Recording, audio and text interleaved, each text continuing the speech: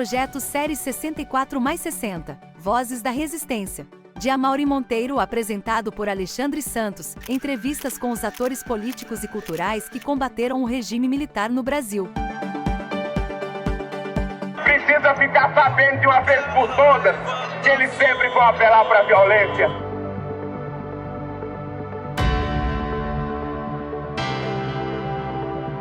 O canal Arte Agora defende a verdade, memória e justiça.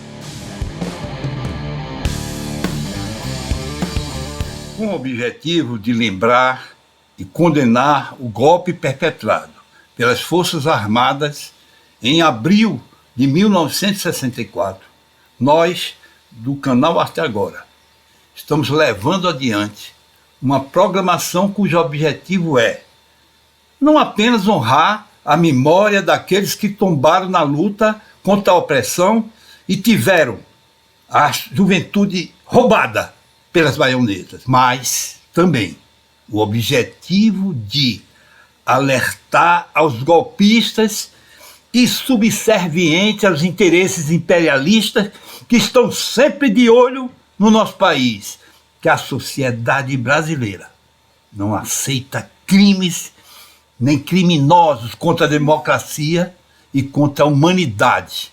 E ainda lembrar que o julgamento da história sempre será impiedoso com os fascistas, reservando-lhes o lugar na sarjeta das piores cloacas. A iniciativa do canal Arte Agora se associa ao esforço do movimento Geração 68, sempre na luta, que se mantém atento àqueles que querem jogar um manto do esquecimento sobre o passado para, quem sabe, voltar e tentar o assassinato do futuro do povo brasileiro. É nesta perspectiva que se coloca a série 64 mais 60, Vozes da Resistência, um programa concebido por Amaury Monteiro Júnior e conduzido por Alexandre Santos. A série 64 mais 60, Vozes da Resistência, consta de um conjunto de entrevistas concedidas ao canal Arte Agora por personalidades de grande envolvimento na luta contra o regime militar. Além de viver tempos de constantes sobressaltos e de ter a juventude e sonhos roubados, os entrevistados da série padeceram todos os tipos de sofrimento. A maioria curtiu a vida nas masmorras sob torturas indescritíveis. Alguns viveram o exílio longe da sua terra e dos seus amores. Todos perderam companheiros, amigos e parentes para a truculência do regime militar, o qual, diga-se de passagem, contou com o apoio e o suporte da grande imprensa, do governo dos Estados Unidos e dos empresários inescrupulosos.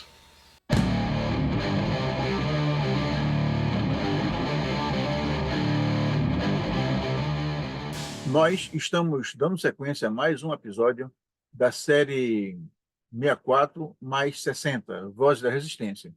E hoje eu vou conversar com uma pessoa que teve uma participação muito importante em todo esse processo, que é a Crimeia de Almeida.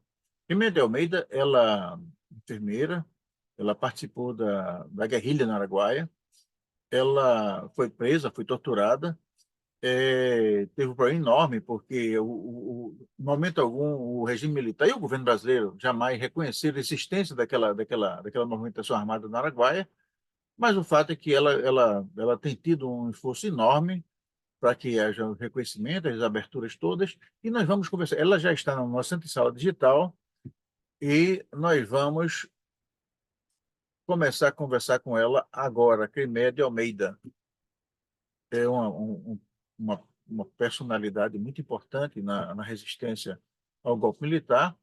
Ela está voltando, ela está pronto, chegando, Crimeia de Almeida. Crimeia de Almeida, bem-vinda ao canal Arte Agora, bem-vinda à nossa série 64 mais 60, Voz da Resistência, idealizada por Amaury Monteiro Júnior, que eu conduzo com muita alegria e muita honra. Crimeia, você tem uma história muito marcante em toda a resistência ao golpe de 64.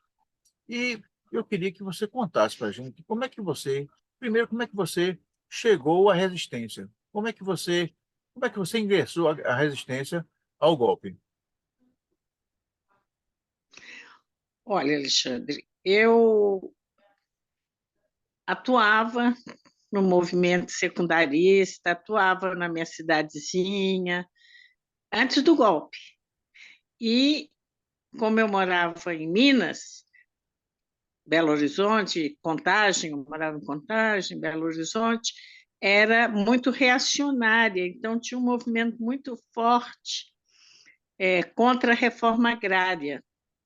E eu participava dessas coisas. Quando veio o golpe, eu continuei, né, participando, já de forma diferente, porque era mais difícil. E, bem, aí eu fui indiciada no inquérito policial militar. Sim, quer dizer, então você Aliás, minha família logo no comecinho você foi presa, logo no comecinho. presa, ainda não. É inquérito Sim. policial militar. Ia lá no quartel, respondeu os interrogatórios e E nesse começo, quer dizer, assim que começou, teve o golpe, pouco depois você já foi molestada pelas forças de repressão, já foi convidada a vir a sim, meu cada... pai foi preso logo nos, acho que dia 1 ou 2 de abril, certo? Porque o golpe aqui em Minas Gerais começou no dia 30. As pessoas falam 31, dia 1º. Eu prefiro o dia 1º, que é o dia da mentira, porque esse golpe foi um grande golpe. Mas em Minas, dia 30, já teve pessoas presas. Aliás, o governador Magalhães Pinto. Magalhães Pinto, ele já havia construído um presídio para presos políticos. No dia 1º de abril, ele já estava pronto, lá na penitenciária de Neves, que é uma fazenda, e ficava longe do complexo de presos comuns, mas já estava pronto. Tanto que meu pai foi para lá e ficou desaparecido alguns meses. E eu frequentar, ia nos quartéis, ia no DOPS, procurando meu pai, fui encontrando um monte de gente que também estava procurando seus familiares, e ninguém informava nada, até que um dia desses familiares descobriu que eles estavam em Neves, e estava todo mundo muito empobrecido, porque eu tinha 17 anos, quer dizer, ainda não trabalhava, então minha família estava muito pobre. E então esse cara tinha um caminhão, ele levava todo mundo de caminhão para Neves e a gente ia visitar os presos e voltava no caminhão. E, bem, isto com relação ao meu pai, porque logo começou a sair no jornal, principalmente no estado de Minas, que era o jornal de mais circulação, a relação das pessoas que estavam sendo envolvidas em inquéritos policiais militares, convocando para comparecer ao quartel do Exército, lá no Calafate. E apareceu meu nome, o nome da minha irmã, certo?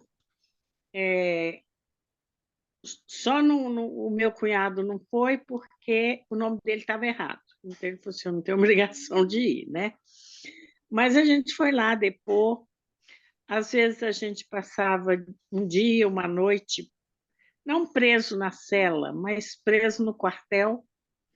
Em geral, eles interrogavam a gente e só liberavam a gente tipo de madrugada. Bem, essa situação, e aí teve a qualificação que foi em Juiz de Fora. Nessa época eu tinha feito vestibular, tinha passado no vestibular, mas quando eles me chamaram para a qualificação, eu tinha prova no vestibular e pedi para que fosse outro dia. Foi no outro dia e tal, aquelas pataquadas toda, né, lá em Juiz de Fora. E, E aí, meu cunhado era diretor do sindicato dos ferroviários, e bem, a coisa foi ficando tão difícil, e ia ser o julgamento, em 66, quer dizer, já essas coisas vão passando, eu já tinha encontrado meu pai tinha saído em liberdade condicional, né? Condicional? Porque tinha vencido. Porque não, porque tinha vencido o prazo da prisão preventiva lá, aquele negócio. Então ele tinha saído e ia ser o julgamento. Eu era acusada de organizar o movimento universitário. Estava acabando de fazer o vestibular, mas já era acusada de organizar o movimento universitário. E então nós resolvemos sair de Minas e fomos para o Rio. Nesse meio tempo, eu fiquei sabendo que eu havia sido excluída do processo porque era menor à época do delito, que eu nem sabia qual era o delito. Depois que eu fiquei sabendo que era organizar um movimento universitário e pôr veneno na caixa d'água de Belo Horizonte. Eita. Inventa-se, né? Isso aí é fácil. Então, como eu tinha sido excluída, eu falei assim, olha, o que eu vou fazer? Procurei emprego, era difícil achar emprego, porque eu não tinha nenhuma qualificação. E tinha qualificação demais para ser balconista, sabe? Então, você está ali no limite. E aí, eu já era do PCdoB, que tinha uma proposta de resistência no campo. E aí me orientaram, olha, faz um curso rápido de enfermagem, porque é útil, né? E eu fui no Moncorvo Filho, porque lá tinha um curso para atendente de enfermagem, eu fui lá para me inscrever. Aí tinha que apresentar documentos, eu tinha o colegial completo. Ah, não, você vai fazer o vestibular e fazer o curso de enfermagem. Eu não gostei, tá certo? Mas falei assim, eu faço, aprendo a aplicar injeção, fazer um curativo e tudo bom, né? E fui. Eu tive uma boa classificação no vestibular e ganhei uma bolsa. Aí eu falei assim, olha, tem casa, comida, eu vou fazer nesse curso enquanto... E a gente que tem uma militância política, mesmo disfarçando, a gente acaba exercendo, né, essa liderança política. E aí teve eleição para o diretório, eu fui eleita. Eu não queria participar dessas coisas, tá? Eu estava disfarçando, mas não deu, certo? Aí teve o congresso da Uni. Eu falei, eu sou de presidente, eu sou de diretório, não pode se omitir. Mas como discutir a questão da Uni numa escola, porque a escola na Neri, com seu internato, etc., era um misto de colégio de freira e quartel. Então, era muito difícil. Aí, primeiro eu inventei um campeonato de xadrez. Ninguém sabia jogar xadrez. Aí, eu inventei um curso de oratória. E vinha o pessoal das outras universidades dar o curso. O curso consistia no seguinte: pega um tema, escolhe um para fazer um discurso a favor, outro contra. Então, pegava os temas mais variados, né? Como que é? A legalização da Uni, quem é a favor, quem é contra. Aborto, quem é a favor, quem é contra. E essa discussão fazia parte do curso, tem que defender, tem que saber argumentar. E isso aí, vamos dizer, a direção deixou passar, porque era a favor e era contra, não tinha uma posição. Só que depois da aula, a gente discutia com quem era a favor da proposta e quem era contra. Às vezes era a favor também, entende? E Com isso, aí, depois de algum tempo, a gente falou assim, então vai ter congresso da UNE, vamos fazer a eleição, mas ela vai ser secreta, porque nós estamos numa ditadura. E eu ganhei a eleição, fui para o congresso. Como eu sempre fui muito desconfiada, eu esvaziei todo o meu quarto, né? Tirei tudo comprometedor e fui para o congresso. Aí tinha uma briga, né?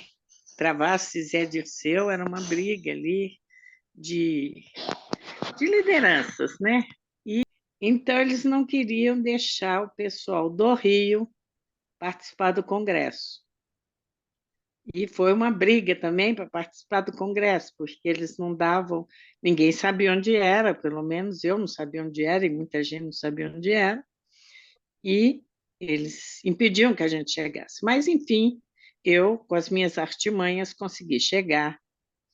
E estou lá no congresso, tá certo? Quando acontece a prisão. Teve uma votação primeiro, que eu acho que foi o estopim, sabe, os caras, eu não sei, aí já é, como é muita perseguição, uma mania de perseguição. Teve uma votação e a polícia chegou. Aí, bem, eu fui presa, isso foi em outubro, né, de 68. Quando eu saí da prisão, eu não quis mais ficar no alojamento. Eu Você saiu disse, da não. prisão depois de quantos meses, Crimé? Ah, foram uns 20 dias, não 20 foi muito dias. mesmo, Uhum. não. É, aquela prisão. Televisão, relâmpago, só para dar um choque. Não, eles prenderam as lideranças, ficaram, né? Perfeito. Mas a ralé, eu fazia parte da ralé. Então, saiu. Saí, falei assim, mas eu não posso voltar para o alojamento, porque lá é um quartel, eu não vou voltar. Bem, aí eu fiquei rolando lá de um lado para o outro, e falei com o partido, olha, eu tenho que ir para o campo, porque não dá mais para ficar na cidade, eu já aprendi o que eu tinha que aprender de enfermagem. Aí me mandaram, no comecinho de janeiro, me mandaram para o Araguaia, que eu nem sabia para onde eu estava indo, né? Eu fui andando, né, tomo um ônibus aqui, tomo um ônibus ali, e vai indo, e eu cheguei lá no Araguaia. É, toda, sempre eu encontrava com alguém do partido, né? Tinha umas senhazinhas para encontrar. Eu falei, estamos chegando? Não, ainda tem mais um pedacinho. E foi indo, cheguei. Não, inicialmente eu não fui muito bem vista, porque eu era mulher. E o pessoal acha que para a guerrilha, para atuar no campo, tem que ser homem que é forte, homem que é, né? Machismo. E então não gostava muito de mim. Mas eu resisti. Inclusive, queriam me dar as tarefas domésticas, né? Você fica na cozinha, você fica não sei o quê. Eu disse, não, aqui vai ser dividido. Um dia eu na cozinha, outro dia são vocês. Porque quando vier o exército perseguir a gente, vai me perseguir do mesmo jeito. Agora, aí eu fiquei lá de 69 até fim de agosto de 72. E aí eu fiquei grávida e precisava, o partido, a guerrilha perdeu contato com o partido. O exército tinha atacado em abril de 72. Então, nesse meio tempo, a gente foi sobrevivendo lá. Aí eu precisava refazer esse contato e o partido achou que, primeiro, sendo mulher seria mais fácil passar, porque estava cercado. Então, sendo mulher, seria mais fácil passar. E como eu estava grávida, eu ia ter meu filho em São Paulo, porque se estivesse lá na mata seria mais complicado. Então, eu vim para São Paulo. Cheguei em setembro, fiz ainda alguns contatos nesse meio tempo com o pessoal da guerrilha, mas não dentro da área, fora da área, em Goiás, no Piauí. E quando foi em dezembro de 72, eu fui presa. Fui presa na casa da minha irmã. E aí aquele caso, né, que você falou que eles vieram, foram na casa dela, porque minha irmã tinha uma vida legal, ela trabalhava com carteira assinada, no nome dela, e o meu cunhado também. Então, eles tinham acesso ao endereço. E chegaram lá, disseram que eles eram amigos, né, do meu cunhado, era um casal, que eram amigos, que eles tinham sofrido um acidente, estavam hospitalizados, e se eu era a empregada. Eles que me deram a ideia de ser empregada, viu? Não sou tão criativa assim, não. Mas eu aproveito a ideia dos outros. Aí eu falei, sou empregada.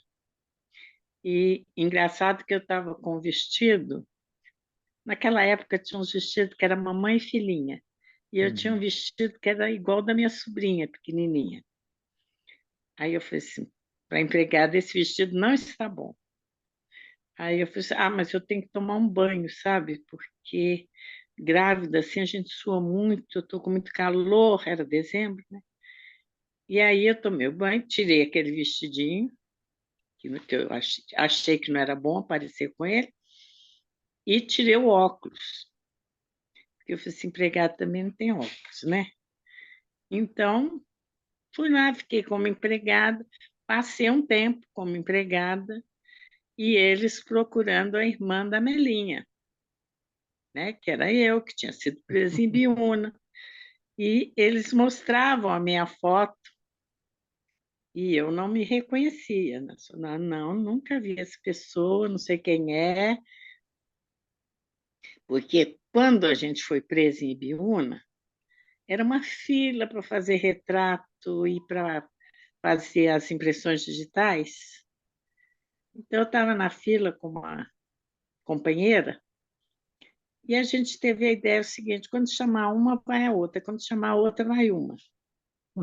Né? Para fazer. A gente já tinha feito a foto para fazer as impressões digitais.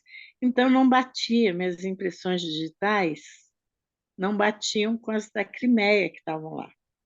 E eles levaram um tempo. E foi minha sorte, porque enquanto eu era empregada, eles iam me interrogar, passava pelo corredor e todo mundo me via, tá certo? Porque depois que eu virei a Crimeia, aí era só de capuz. E como eu passava no corredor para os interrogatórios, um advogado que eu nunca conheci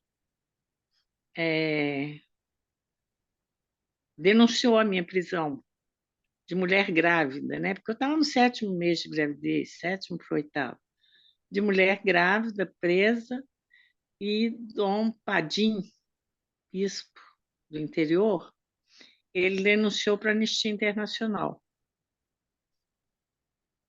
Mas eu não fiquei sabendo, eu fiquei sabendo disso em 94, bastante tempo depois, né? Mas me ajudou bastante, né? Porque às vezes a gente não entende como você consegue escapar de uma. Aí tem gente por trás, né, atuando, e você nem está sabendo. Então, eu sou grata a essas pessoas que nem conheci. Bem, aí quando eles descobriram que eu era Crimeia,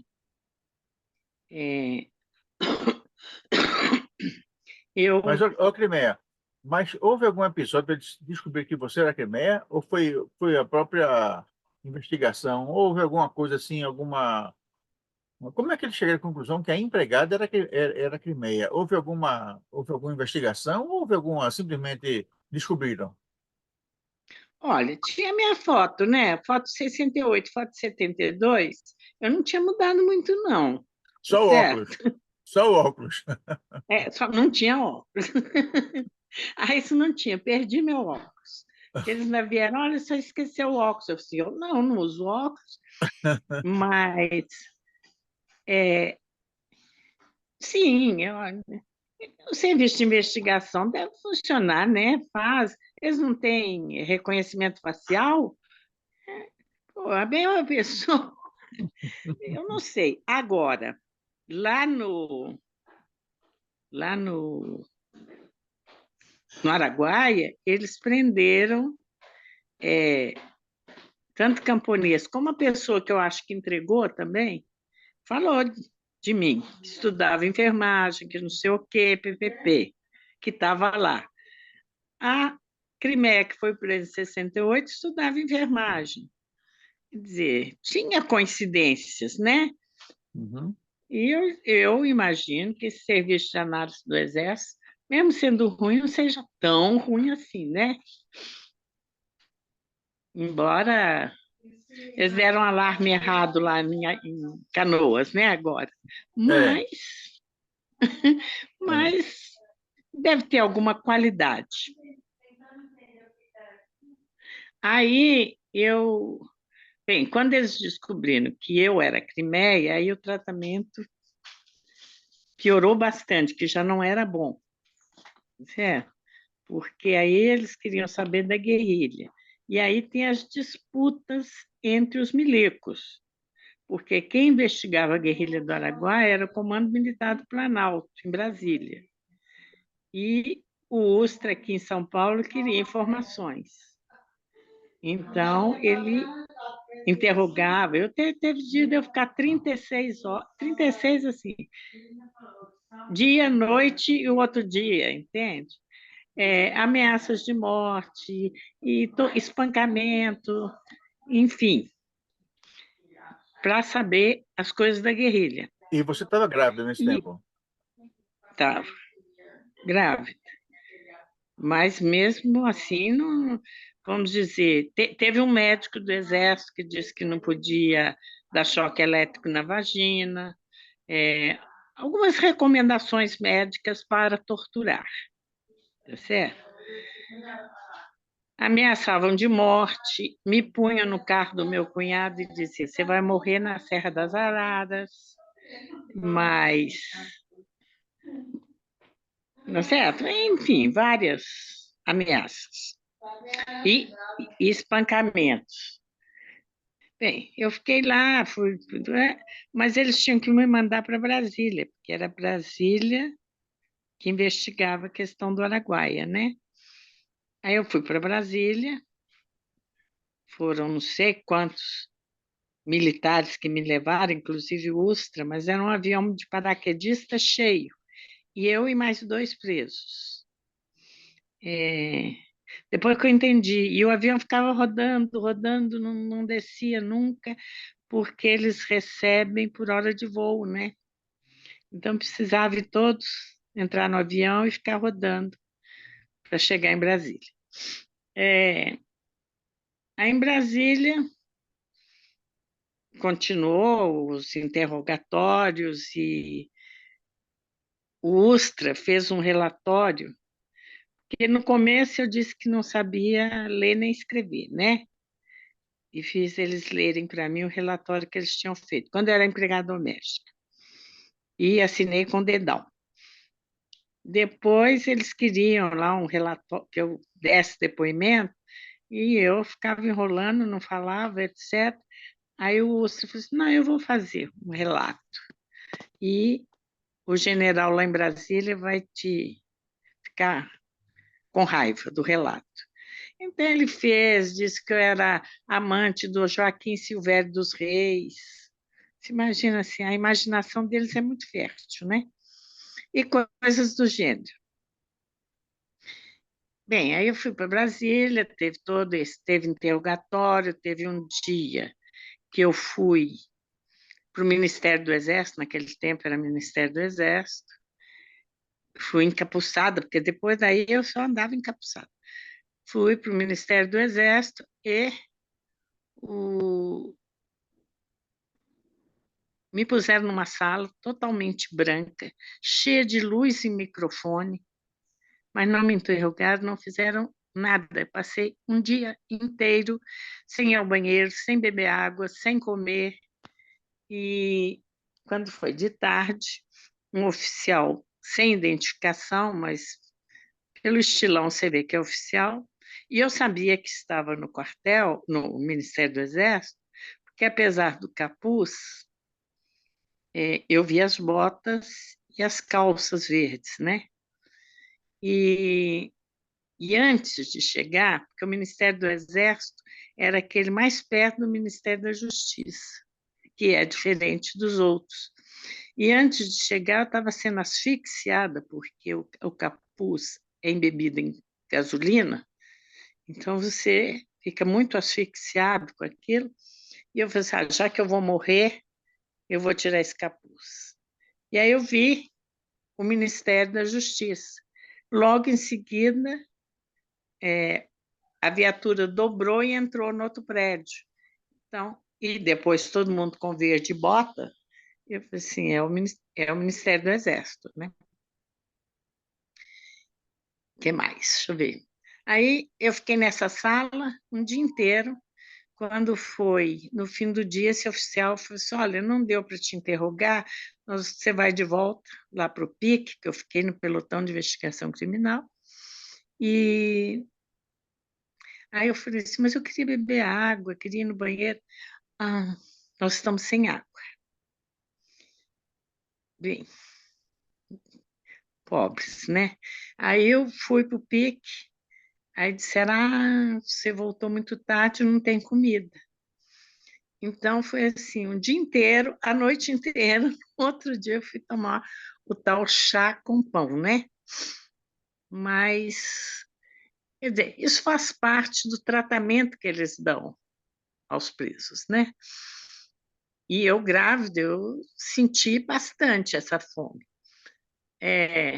Eu briguei também, porque eu queria tomar banho de sol, e eles me punham no pátio, assim, por volta de meio-dia, 1 hora, em Brasília, em janeiro, fevereiro, era um sol e descalça, porque eles tiraram meu sapato. Então, queimava os pés. Quando começava a fazer sombra no pátio, eles me tiravam. O banho de sol terminou. Então, era um horror também o banho de sol. Bem, assim foi até o dia que eu entrei em trabalho de parto e falei com o militar que fazia a guarda.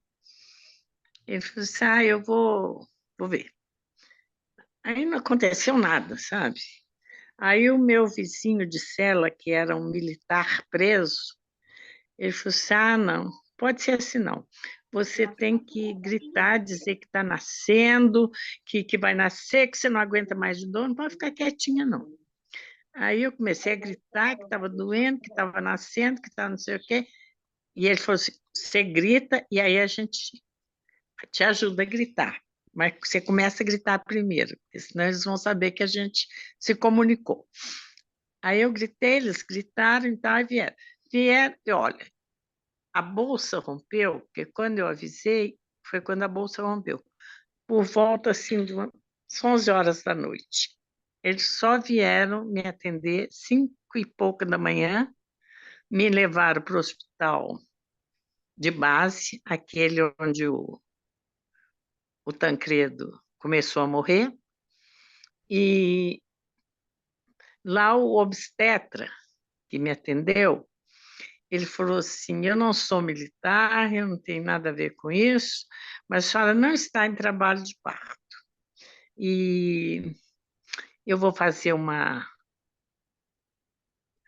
antibiótico, um benzetacil, e eu sou professor da Universidade Nacional de Brasília, e não tem nada a ver com os militares. Eu falei assim, o senhor é um torturador igual a eles, porque eu estou em trabalho de parto.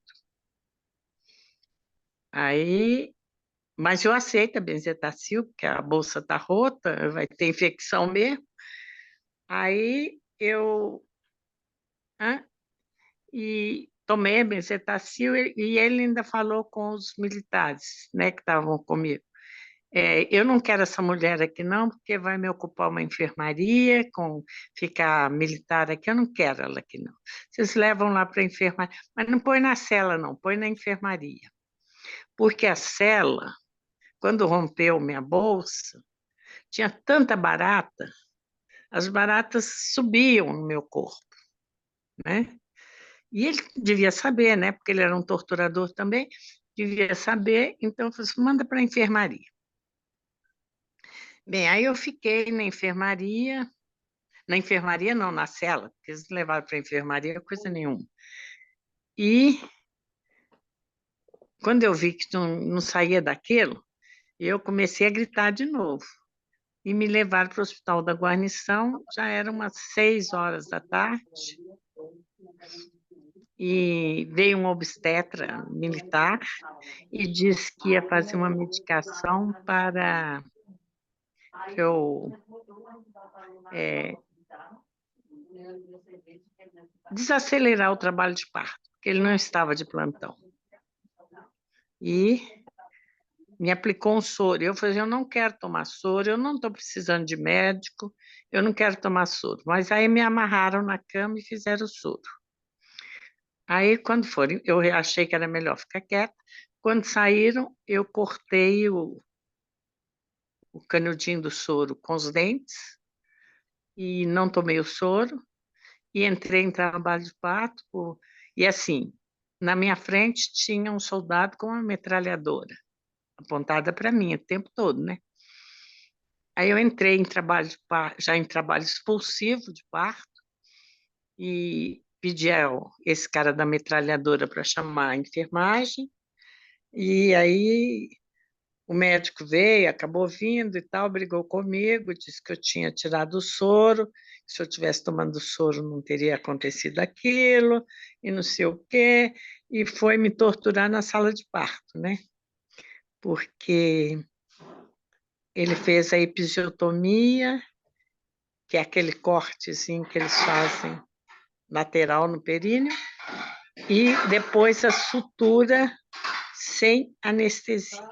Doeu muito, muito, muito. E aí eu entrei em choque. E quem estava, vamos dizer, quem era plantonista do hospital naquele dia, era um psiquiatra. Então ele falou assim, eu vou fazer uma dolantina, que é um ópio sintético, né? E eu falei, não quero tomar nada disso, eu quero... Não me deixaram ver o meu filho, fizeram parte da dolantina, porque eu resisti, e aí eu fui para o quarto, e quando eu estou no quarto, não cheguei, apesar da morfina, eu não dormi, fiquei mole, mas não dormi, não, porque a tensão é muito grande, né? Aí, quando eu chego no meu quarto, tem 7 oficiais do Exército para me interrogar. Ainda bem que eu não conseguia falar direito, não falei nada, e virava para o outro lado, fingia que estava dormindo. Falei assim, não, já que me doparam, eu vou dormir. E, bem, depois disso, continuaram os interrogatórios, etc. E eu fiquei no hospital com Sim, meu filho. sim, mas você ficou. Depois de um certo tempo, você ficou com seu filho. Não, sim, no dia seguinte. No dia seguinte, né? É, é. E assim, foi uma briga também para ficar com meu Esses caras filho. são desalmados, né? Não tem nenhuma humanidade. É uma coisa Não, séria. são humanos, o pior é que é humano. É ser humano igual a mim. Agora, é educar. Qual é a função do exército? Educar para matar, não é? Inimigo. Se eu era inimigo, era para morrer. Então, foi assim, foi todo um processo. eu sei que eles queriam levar meu filho para... Naquela época era FEBEM, e porque eu dizia sempre assim, o tempo todo eu dizia, eu não posso falar para preservar a vida do meu filho. Aí, quando ele nascer, ele disse, agora você pode falar. Eu falei assim, não está preservada, ele tá com vocês, eu quero garantir a vida dele. Então, eu disse assim, eu vou mandar para a FEBEM, se mandar para a FEBEM eu não falo. E aí ficou. Ele ficou comigo, assim, no hospital, 52 dias. Comigo, menos, porque no início ele não ficava comigo. Tanto que ele ficou desnutrido, deram leite em pó para ele teve muito vômito e tal, enfim. Mas, e eu brigando para ficar com ele no quarto, né? No fim, ele ficou comigo no quarto e eu disse que primeiro, teriam que registrar meu filho. Sem registro, ele não saía do hospital. Porque eu pensei, vão adotar. Eu nem sabia da história das crianças argentinas, né? Mas imaginei, porque o tenente que cuidava lá dos meus guardas, ele dizia o seguinte: pois é, vocês comunistas que não fazem distinção entre homem e mulher, têm filho homem, porque antes de mim, a mulher do Paulo Fonteles tinha tido um menino lá no Hospital de Brasília, da guarnição. E o meu nasceu menino também. Então, vocês que não fazem questão, que não fazem diferença entre homem e mulher, têm filhos homens. E eu que queria ter filhos homens para seguir a carreira militar, só tenho mulher. E ele tinha tido recentemente uma filha. E falei assim, eu acho que eu vou trocar. E, quer dizer, eu nem sei se eu ficava apavorada, viu? Porque eram tantas ameaças que eu já nem...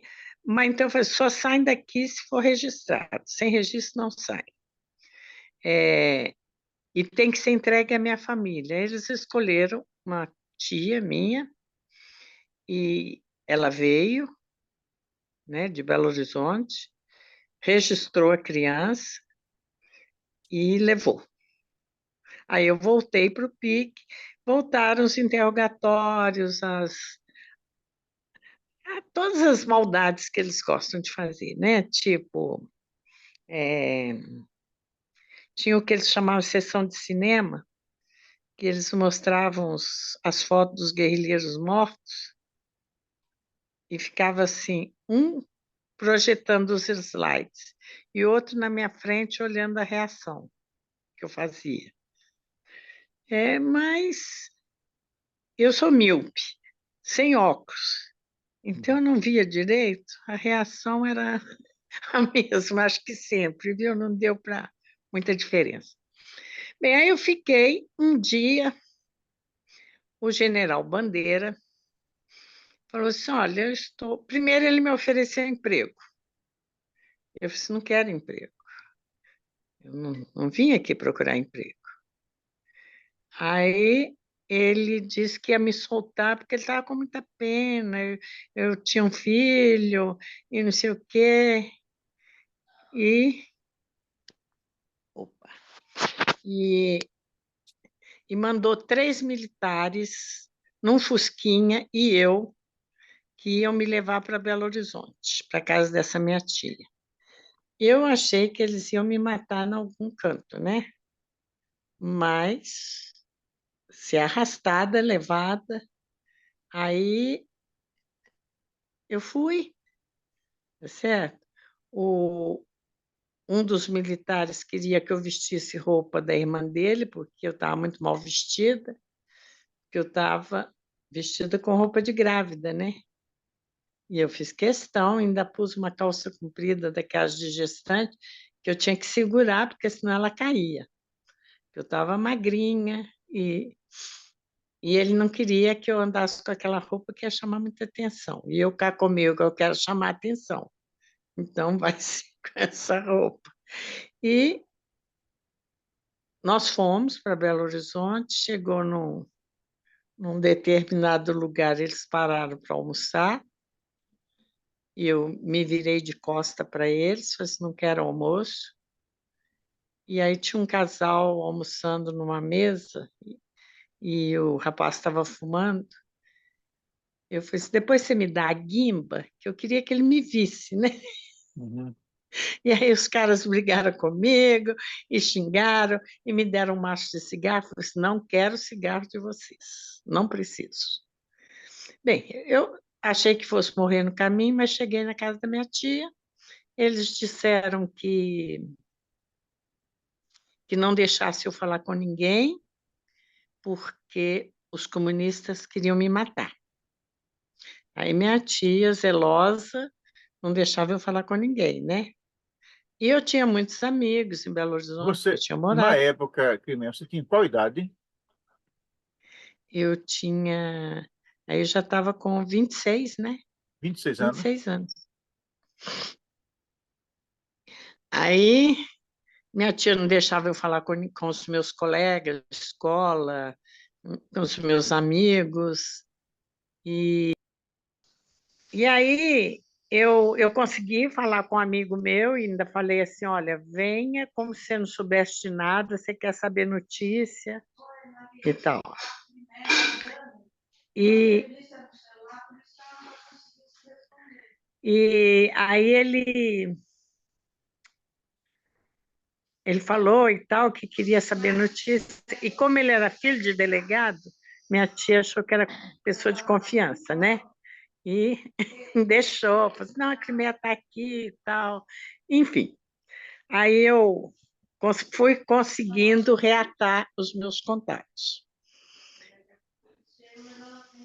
Aí aí eu vejo na televisão que a Anistia Internacional estava procurando um bebê e uma mulher grávida. Por isso que eu tinha sido solto, entendeu? Eu falei assim, só como eu ia entrar em contato com a Anistia Internacional? Não tinha como. Mas eu fui solta por isso. O cara me botou para fora do presídio porque a Anistia estava procurando. Bem, mas essas coisas você fica sabendo depois, não tem como reagir assim, como responder na hora, né? Bem, aí eu consegui, através desse amigo, eu consegui contato com o advogado, consegui entrar em contato com a minha irmã e meu cunhado que estavam presos. Meus sobrinhos ficaram com o cunhado do meu cunhado, que era delegado, torturador de polícia lá de Belo Horizonte, e ele não queria me deixar ficar com as crianças, e eu tive que conseguir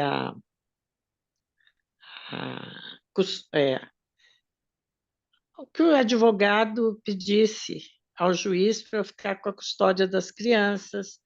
Enfim, foi um périplo completo, mas eu consegui ficar com as crianças, é, consegui visitá-los, né?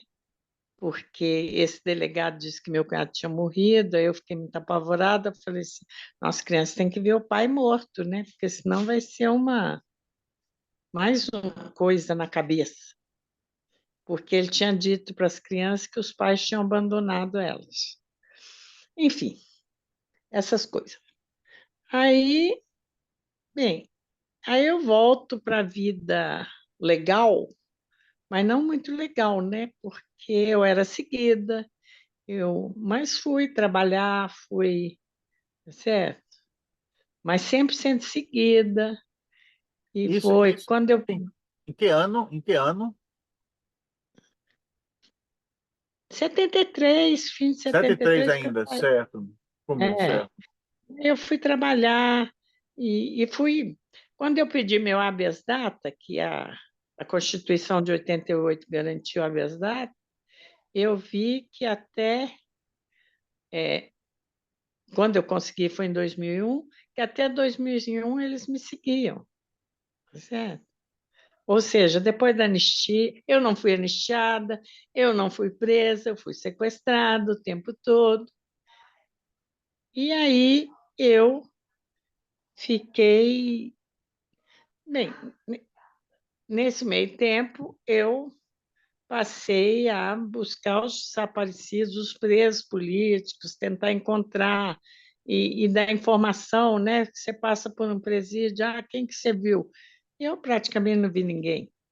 Aliás, não vi ninguém, não é praticamente. E, e foi assim até hoje, procuro desaparecido. Do pessoal que esteve com você na Araguaia, você já reencontrou alguém? Reencontrei o Danilo, né, que foi preso logo no começo, e encontrei o pessoal que foi preso, né? Que foram presos nas primeiras, Investido no Exército. no começo, em abril, maio de 72, comecinho, porque depois não teve mais preso. As pessoas foram presas e Executadas. executadas. É. Perfeito. Olha, chegaram. Então, meu filho chegou e eu vou ter que sair. Tudo bem? Tudo bem.